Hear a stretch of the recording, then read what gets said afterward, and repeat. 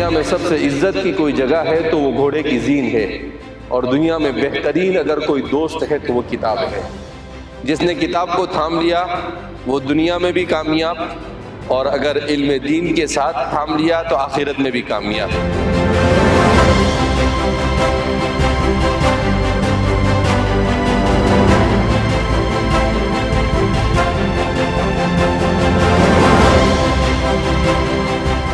تو 2000 کے بعد جتنے بھی بچے پیدا ہوئے ہیں دنیا میں، اس کو سائنٹیفک ریسرچ یہ کہتا ہے کہ ویکسٹ جنریشن دنیا کا سب سے کمزور جنریشن ہے۔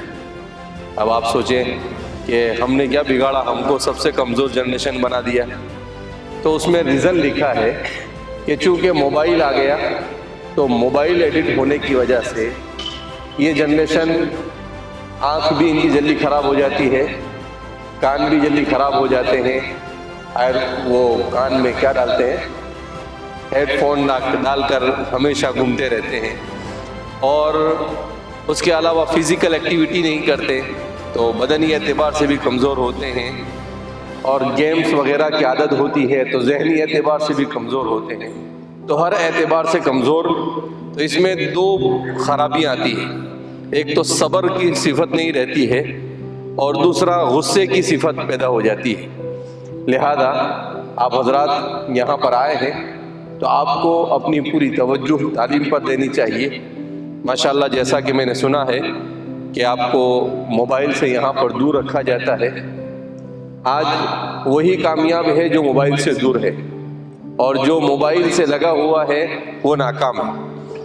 کتاب، ہمارے عربی کا ایک شاعر ہے، وہ کہتا ہے اعز مکان فی الدنا سرج سابحی وخیر جلیس فی الزمان کتاب۔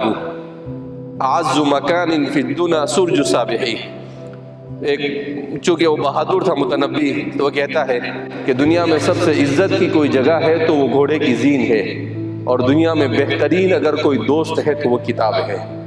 جس نے کتاب کو تھام لیا وہ دنیا میں بھی کامیاب، اور اگر علم دین کے ساتھ تھام لیا تو آخرت میں بھی کامیاب۔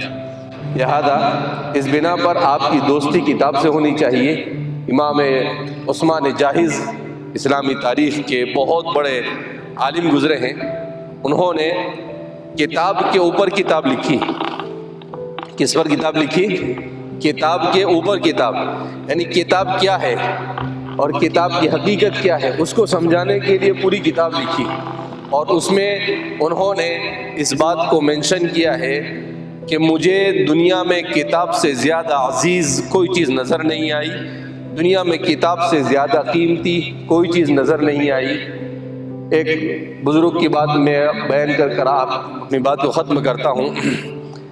شیخ طنطاوی کر ایک بہت بڑے سوریہ کے عالم گزرے ہیں ابھی کچھ سالوں پہلے، تو ان کے بایوگرافی میں انہوں نے لکھا ہے ذکریات کے اندر میں کہ میں روزانہ 9 سال سے 10 سال کی عمر کا تھا اس وقت سے لے کر آج تک، جب آج میری 73 ایئرس عمر ہے، وہ لکھتے ہیں روزانہ 200 پیج پڑھنے کا عادی ہوں۔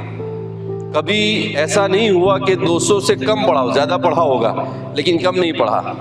تو میں نے کہا ذرا کیلکولیشن کریں کتنا پڑھا انہوں نے، تو انہوں نے ان کی زندگی میں جو پڑھا، جب میں نے اس کو 200 سے ملٹیپلائی کیا تو کتنا نکلا معلوم؟ 22,40,000 صفحے۔ 22,40,000 صفحے انہوں نے اپنی زندگی میں پڑھے، اور انہوں نے 150 سے زیادہ کتابیں لکھی۔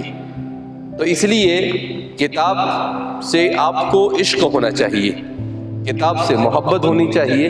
آپ کے ہاتھ میں کتاب ہے تو آپ کامیاب ہے، آپ کے اخلاق اچھے ہیں تو آپ کامیاب ہے، آپ ٹائم مینجمنٹ کے پابند ہے تو آپ کامیاب ہے، آپ ٹیمپریچر مینجمنٹ آپ سے ہوتا ہے تو آپ کامیاب ہے، آپ ٹنگ مینجمنٹ، زبان آپ کی کنٹرول میں ہے تو آپ کامیاب ہے.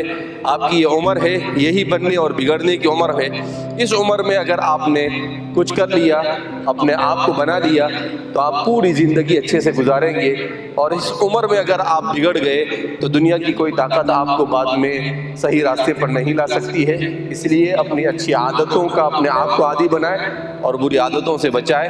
ہم دعا کرتے ہیں کہ اللہ آپ کو ترقیات سے مالا مال فرمائے، اور اللہ رب العزت آپ کو آپ کے والدین کی آنکھوں کی ٹھنڈک بنائے، اور ہمارے اس ادارے کو ترقیات سے مالا مال فرمائے. والسلام علیکم ورحمۃ اللہ وبرکاتہ.